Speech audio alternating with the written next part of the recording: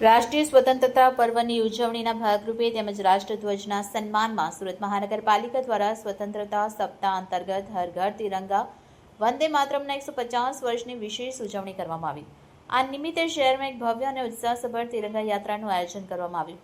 આ તિરંગા યાત્રા વાય જંકશનથી પ્રારંભ થઈને લાલભાઈ કોન્ટ્રાક્ટર સ્ટેડિયમ સુધી યોજાઈ હતી, જેમાં મોટી સંખ્યામાં નગરજનો રાષ્ટ્રભક્તિના રંગે રંગાયા હતા।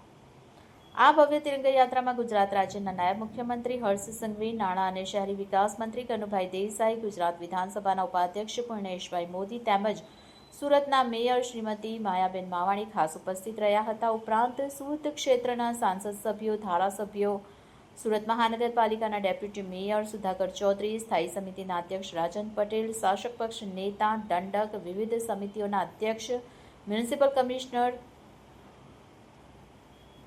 તેજસ પરમાર તેમજ કોર્પોરેશનના પદાધિકારીઓ, અધિકારીઓ અને મોટી સંખ્યામાં શહેરીજનો ઉપસ્થિત રહ્યા હતા। આખી યાત્રા દરમિયાન દેશભક્તિના નારા અને તિરંગાના લહેરાવ સાથે સમગ્ર વાતાવરણ રાષ્ટ્રભક્તિમય બની ગયું હતું।